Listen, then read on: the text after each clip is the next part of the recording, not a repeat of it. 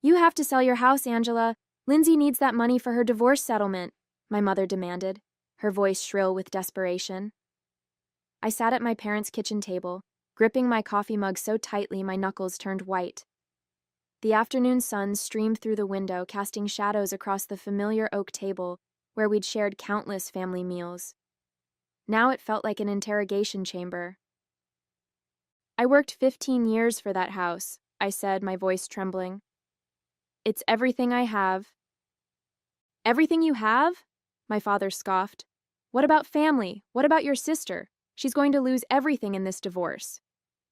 My name is Angela, and at 35, I never expected to be fighting my own parents over the house I'd worked so hard to own. I run a small gift shop in downtown Austin that I built from scratch, working 60-hour weeks and living in a tiny studio apartment until I could finally afford my dream home. My sister Lindsay, on the other hand, had married Richard, a wealthy real estate developer, right out of college. She'd spent the last decade hosting lavish parties and vacationing in Europe while I was building my business. Now that Richard was divorcing her for his younger assistant, my parents expected me to bail her out. Lindsay's lifestyle isn't my responsibility, I said firmly. I can't just give up my house because she spent all her money on designer clothes and fancy cars. My mother's face crumpled. How can you be so selfish? Your sister is about to be homeless. I almost laughed at that. Lindsay's idea of homeless meant moving out of her 5-bedroom mansion into a regular house like mine. She'd never worked a day in her life, always depending on our parents' support until Richard came along. Now they expected me to be her safety net. She can get a job like everyone else, I suggested, earning gasps of horror from both my parents. A job? At her age? My mother clutched her chest like I'd suggested Lindsay should become a circus performer. She doesn't have any experience. You know how sensitive she is. The familiar weight of their expectations pressed down on me. Ever since we were kids, I'd been the responsible one, the steady one, while Lindsay was too delicate for real life. Now, after years of finally building something for myself, they wanted me to give it all up for her again. Growing up, my parents had always treated Lindsay and me differently. While I worked summer jobs and saved for college, Lindsay got new cars and unlimited credit cards because she was too artistic for mundane concerns. When I started my business, maxing out my credit cards and working day and night, my parents called it my little hobby. But when Lindsay wanted to become an interior decorator for wealthy clients, mainly her friends from the country club, they paid for an elaborate office and marketing campaign. The business lasted 3 months before she got bored. I thought about all the times I'd stepped aside, letting Lindsay take center stage. The family vacation funds that went to her spring break trips because she needed the experience for her social development. The college money that paid for her semester abroad while I worked 2 jobs to cover my tuition. Even my graduation party turned into an engagement celebration when Lindsay announced Richard had proposed. Remember how much we helped you with your shop? My father's voice cut through my memories. We co-signed your first lease. I took a deep breath. You co-signed because the landlord was your golf buddy and you got a great deal. I never missed a payment. That's not the point, my mother interjected. We're family. We support each other. Lindsay supported you too. She told all her friends about your shop. Yes, Lindsay had told her wealthy friends about my quaint little store, bringing them in to browse and comment on how cute everything was, never buying anything because it wasn't expensive enough for their taste. She'd even suggested I sell the business and come work as her personal assistant once she married Richard. You're so good with details, she'd said, like my dream was just a stepping stone to serving her. The shop had survived because of my regular customers, middle-class women who appreciated unique, affordable gifts. I'd built relationships with local artisans, carefully curated my inventory, and created a warm, welcoming space that reflected my vision, not Lindsay's idea of what it should be. I can help Lindsay find an apartment, I offered. I can help her update her resume, but I won't sell my house. My parents exchanged a look I knew too well, the one that meant they weren't done pushing. My mother's lips tightened into a thin line, and my father's fingers drummed against the table. They had something else planned, And knowing them, it wouldn't be good. My father leaned forward, his voice dropping to that quiet tone he used when delivering ultimatums. Angela, there's something you should know. Your mother and I have been talking to Aunt Patricia about that summer you stayed with her during college. My blood ran cold. That summer, I'd caught Aunt Patricia's husband embezzling money from their family business. He'd begged me to keep quiet, promising to pay it back. I'd agreed, young and scared, watching from a distance as he eventually returned the money through profitable investments. Only my parents knew the truth, or part of it. What about it? I asked, trying to keep my voice steady. We've been thinking about how devastating it would be for Cousin James to learn about his father's situation, my mother said delicately, especially now that he's running for city council. The threat hung in the air like smoke. They would twist the story, make it seem like I'd helped cover up the crime. James would believe them. He always did. My reputation, my business, everything I'd built could be ruined.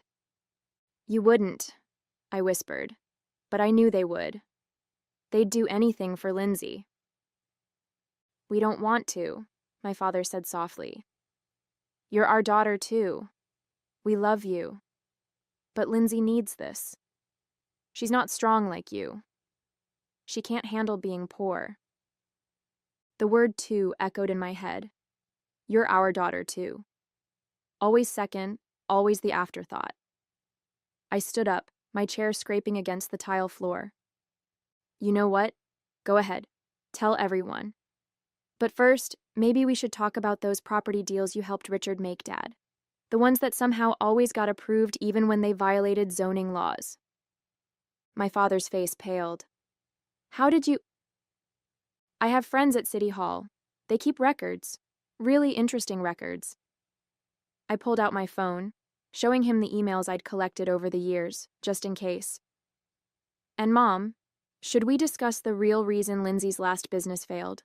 The missing investor money that mysteriously ended up in her personal account? My mother's hands began to shake. We were protecting her. No, I cut her off.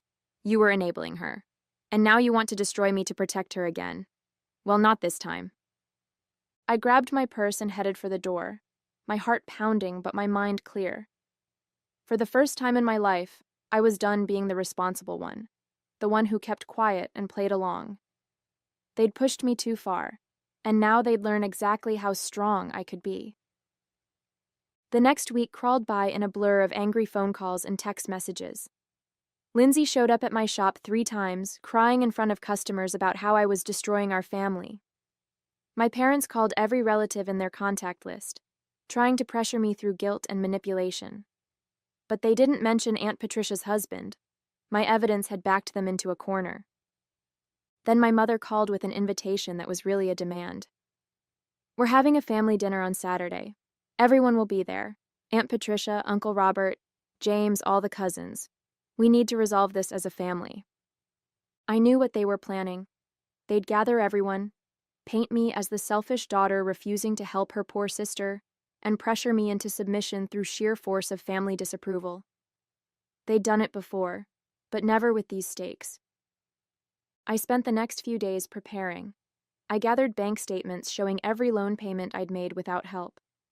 I collected emails documenting Lindsay's failed businesses and the money our parents had poured into them. I even had photos of the apartment I'd lived in while building my shop, a stark contrast to Lindsay's mansion bought with Richard's money. When Saturday arrived, I dressed carefully in a simple black dress and pearls, the ones my grandmother had left me, not the designer jewelry Lindsay usually wore. I walked into my parents' house to find exactly what I'd expected. Every relative within a 100-mile radius all wearing expressions of concern and disappointment. Oh, Angela, Aunt Patricia hugged me stiffly. We're so worried about you, dear. This isn't like you being so stubborn. I smiled politely, noting how she avoided meeting my eyes. Behind her, James stood with his campaign manager, an interesting choice for a family dinner. My mother had positioned Lindsay at the center of the living room, dabbing her eyes with a monogrammed handkerchief while relatives patted her shoulder. Before we eat, my father announced once everyone had arrived, We need to discuss something as a family. Angela, your behavior lately has been concerning to all of us. I felt the weight of 24 pairs of eyes turned to me. This was their power play, public shame as a weapon. My mother stepped forward, ready to deliver the speech I knew she'd practiced all week. Actually, I interrupted, my voice steady. I have something to share first. I've prepared a presentation about family, responsibility, and the truth about the past 10 years. I pulled out my tablet, watching my parents' faces shift from confidence to fear. They hadn't expected me to fight back. Not here, not like this. But I wasn't their compliant daughter anymore.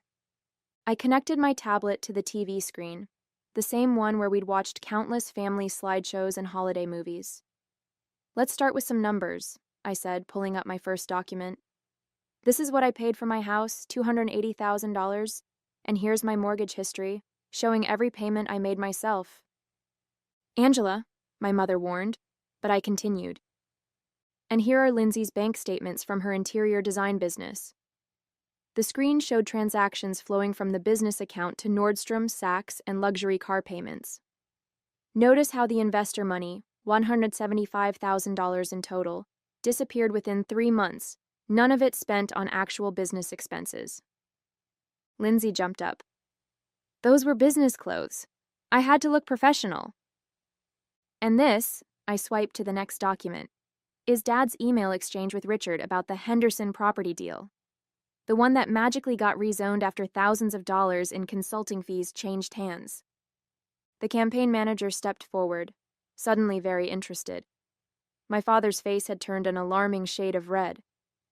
But let's talk about more recent history, I continued. Here's the prenup Lindsay signed, waiving her right to Richard's business assets. And here's her credit card statement from last month, $30,000 at Gucci while she was crying about being broke. The room had gone completely silent. Aunt Patricia clutched her pearls. James stared at his phone, probably already damage controlling his campaign. My cousins whispered among themselves, eyeing Lindsay with newfound suspicion. You see, I turned to face my family. I kept quiet for years. I watched Lindsay blow through money while I built something real. I listened to lectures about family duty while she spent and spent. But I won't be blackmailed into giving up everything I've worked for. How dare you? My mother's voice shook. After everything we've done for you. Everything you've done? I laughed. Let's talk about that too. Here's my college tuition receipts showing how I paid my own way. Here's the lease for my shop with the family discount that actually charged me above market rate. Here's... Enough! My father shouted. This is private family business. No, Dad. You made it public when you invited everyone here to gang up on me. You wanted to talk about family? Let's talk. Let's really talk. Lindsay burst into tears, real ones this time, and ran from the room. My mother followed, calling her name. The campaign manager was already heading for the door, phone pressed to his ear. Several relatives suddenly remembered other commitments. I stood my ground, tablet in hand, watching my parents' carefully constructed narrative crumble around them. In the chaos that followed, my father tried one last time to regain control. If you don't delete those emails right now, he hissed, you'll regret it. I already sent copies to my lawyer, I replied calmly, and if anything happens to me or my business, they'll go straight to the ethics board. Aunt Patricia stepped between us, her face ashen. Robert, perhaps we should discuss James's campaign situation privately. She steered my father away, leaving me facing my mother, who had returned without Lindsay. How could you? She demanded, tears streaming down her face. Your own sister. You mean like how you threatened to destroy my reputation to help her? I cut in. Or how you covered up her embezzlement. That kind of, how could you? The remaining relatives shifted uncomfortably. Cousin Rachel, always the family peacemaker, tried to intervene. Maybe we should all take some time to... No, I said firmly. I've taken enough time. 20 years of watching Lindsay get everything while I worked myself to exhaustion. 20 years of being told I had to sacrifice because she was sensitive. Well, I'm done. My mother's tears dried instantly. If you walk out that door, you're no longer part of this family. I looked around the room, at the family photos where Lindsay always stood front and center, at the wall of achievements displaying her certificates and awards, while mine gathered dust in a box somewhere, at the faces of relatives who had always taken her side without question. You know what, Mom? I haven't been part of this family for a long time. I was just the ATM you kept in reserve for when Lindsay needed bailing out. That's not true, she protested, but her voice wavered. Then name one time you stood up for me instead of her. One time you put my needs first. The silence that followed was deafening. That's what I thought. I gathered my things, feeling lighter with each step toward the door. Behind me, I could hear my mother starting to spin the story already. Poor Lindsay, horrible Angela, ungrateful daughter. But it didn't matter anymore. The truth was out, and I was free. Angela, my father called as I reached the door. When you've calmed down, don't call me, I said without turning around. Don't come to my shop. Don't contact me at all. I mean it. I walked out into the evening air, taking my first deep breath in what felt like years. My phone buzzed with messages, probably relatives choosing sides already, but I ignored it. I had protected what was mine, and that was all that mattered. The weeks following the family confrontation were both challenging and liberating. I changed my phone number, blocked family emails, and focused on my business. My shop had always been my sanctuary, but now it felt even more like home. My regular customers noticed the change in me. I stood taller, smiled more easily, stopped apologizing for things that weren't my fault. Lindsay made one last attempt to reach me, showing up at closing time with puffy eyes and a designer handbag that probably cost more than my monthly mortgage payment. I had to sell my Mercedes, she sobbed. I'm living in a 2-bedroom apartment like some kind of peasant. You're living like a normal person, I corrected her, continuing to count the day's receipts. Millions of people do it every day. But I'm not like other people. She collapsed into one of my display chairs, the vintage ones I'd refinished myself. Mom and Dad can't help anymore. The bank is asking questions about the business loans. Everything's falling apart. For the first time, I looked at my sister, really looked at her. Despite the expensive clothes and perfect makeup, she seemed smaller somehow. Less like the golden child who could do no wrong, and more like someone finally facing reality. Get a job, I suggested, not unkindly. Start small. Learn to manage money. Grow up. A job? She said it like I'd suggested she try living on Mars. I don't have any skills. Then learn some. Take classes. Do what everyone else does. She stared at me for a long moment, then her face hardened. This is all your fault. If you just sold your house... Get out! I pointed to the door. And don't come back. That was the last time I saw her. Through the grapevine, I heard she'd moved in with our parents, who were now struggling with their own financial problems. The scandal had forced my father to retire early, and several of his business deals were under investigation. My mother had to cancel her country club membership, a tragedy she made sure everyone knew about. Meanwhile, I threw myself into expanding my business. I hired 2 part-time employees, started an online store, and began hosting craft workshops that quickly became popular. Every success felt like a vindication, proof that I'd made the right choice in standing up for myself. The most surprising support came from Aunt Patricia. She sent me a letter, handwritten on her expensive stationery, thanking me for keeping her husband's secret all those years ago and apologizing for not seeing how Lindsay and my parents had treated me. You were always the strong one, she wrote, but that doesn't mean you deserve to carry everyone else's burdens. Her words hit home. I had been strong, too strong for too long. I'd let my family take advantage of that strength, twist it into an obligation to fix their problems. Breaking free wasn't weakness. It was finally having the courage to use my strength for myself. In the following months, I discovered what real freedom felt like. I redecorated my house, painting walls and replacing furniture that I'd chosen to please my mother's taste rather than my own. I joined a business owners group, making genuine friendships with women who celebrated my successes instead of trying to diminish them. The family drama didn't completely disappear. Relatives still tried to play peacemaker, sending messages about how my parents were lost without me, and how Lindsay was struggling to adjust. Some implied I was being cruel, holding on to a grudge when family should forgive and forget. But there was nothing to forgive. I wasn't angry anymore. I was just done. Done with the manipulation, done with the guilt, done with being the responsible one who had to fix everything. My cousin Rachel visited the shop one day, trying to convince me to attend the upcoming family Christmas gathering. "Lindsay's really changed," she insisted. "She's working as a receptionist now, a real job, and your parents miss you so much." "They miss having someone to solve their problems," I replied, arranging a new display of handmade candles. "They haven't tried to understand why I left or apologize for what they did. They just want things back to normal." "But that's how family works," Rachel argued. "We forgive each other." "No, that's how toxic families work. They hurt you, then demand forgiveness without changing anything." I handed her a candle, one of my best sellers. "Here, on the house, but please stop trying to fix things that aren't broken. I'm happier now."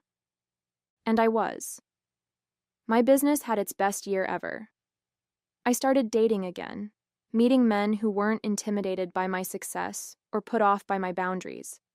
I even bought an investment property, a small retail space next door to my shop that I could expand into when the current tenant's lease expired.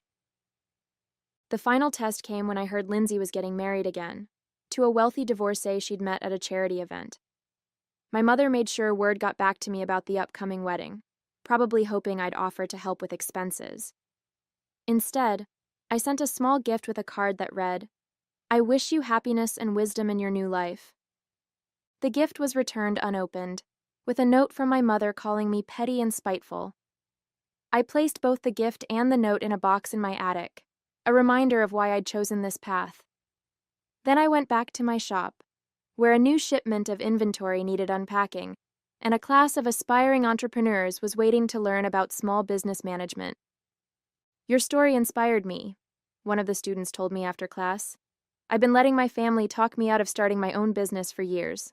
But if you could stand up to yours, maybe I can too." I smiled, recognizing my old self in her uncertain expression. "The hardest part isn't starting the business," I told her. "It's believing you deserve to succeed. Everything else follows from that." 3 years have passed since that confrontational family dinner. My shop has expanded into the space next door, and I've opened a second location across town. The irony isn't lost on me. While trying to force me to give up my house to support Lindsay, my parents actually pushed me to achieve more than I ever dreamed possible. Last week, I ran into James at a local coffee shop. His campaign had failed after the scandal, but he seemed happier, more genuine. He told me Lindsay's second marriage had already ended. Apparently, her new husband had gotten tired of her spending habits too. My parents had to downsize to a small condo, their retirement plans derailed by the investigations into my father's business dealings. "They still don't understand what they did wrong," James said, stirring his coffee. "Aunt Helen keeps saying if you'd just helped Lindsay that first time, none of this would have happened." I thought about that on my drive home, how they still saw me as the cause of their problems rather than the consequence of their actions. The old me would have felt guilty, responsible somehow. But I've learned that their inability to face reality isn't my burden to bear. The house they wanted me to sell has become my favorite place in the world. Each room represents a choice I made to value myself, to stand up for what I'd earned. It's not just a home anymore. It's a testament to my freedom. Sometimes I wonder what my life would be like if I'd given in to their demands that day. I'd probably be living in a small rental somewhere, watching Lindsay squander my sacrifice while my parents praised her for trying her best. I'd still be the family ATM, expected to bail them out of every crisis while putting my own dreams on hold. Instead, I'm thriving. My business seminars are always full, mostly with women who've faced similar pressures from family or friends. I teach them what I learned the hard way, that success means nothing if you let others take it from you, and that real love doesn't come with conditions or demands. Last month, I received a wedding invitation from Cousin Rachel's daughter. Inside was a handwritten note. You showed me it's okay to be strong, to stand up for yourself. I hope you'll come. I sent my RSVP with a simple yes. I'm not afraid of family gatherings anymore. They have no power over me now. The family that once tried to shame me into submission has lost their grip on my life. My parents and Lindsay are still stuck in their cycle of enablement and excuses, but I'm no longer part of it. I've built something better, a life where I can be proud of my strength instead of having it used against me. The house they wanted me to sell? I just finished renovating the master bathroom.